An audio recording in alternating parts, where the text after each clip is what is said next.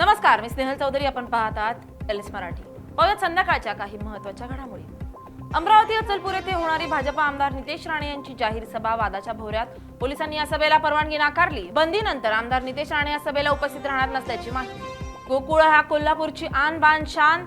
आमदार शिवाजी पाटील यांची प्रतिक्रिया. वाढीव सभासदांची चौकशी होणार असल्याचं स्पष्टीकरण.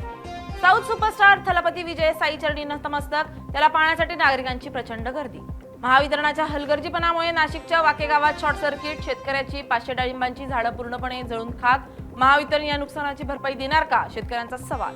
पुण्यात ख्रिश्चन धर्माचा प्रसार केल्याप्रकरणी 3 अमेरिकन नागरिक ताब्यात. लोकांची दिशाभूल होत असल्याचा संशय. जालन्यात ढोल ताशांच्या गजरात बैलगाडीतून चिमुकल्यांचा शाळा प्रवेश. मुलांच्या मनात शाळेबद्दल भीती न राहता गोडी निर्माण व्हावी, हा यामागचा मुख्य उद्देश. हिंगोली रुग्णालयातील प्रशासकीय पद रिक्त असल्याचा फटका. उपचार थांबले, रुग्णसेवेचा बोजवारा. डोंबिवली जवळील घारिवली परिसरात वंचिताच्या नेत्याच्या वडिलाची निर्घृण हत्या. 10 ते 15 जणांच्या टोळक्याची लोखंडी रॉडनं मारहाण. यवतमाळमध्ये सायकल चोरी गेल्यानं वाद. माझी सायकल कुठे आहे म्हणत काठीने एकाच मारहाण. पोलिसात गुन्हा दाखल. बीड परळीत कपड्याचे शोरूम आगीत खाक. आगीमध्ये कपड्यांचा साठा, फर्निचर जळून खाक. या होत्या काही महत्त्वाच्या घडामोडी. पाहत राहा एलएस मराठी.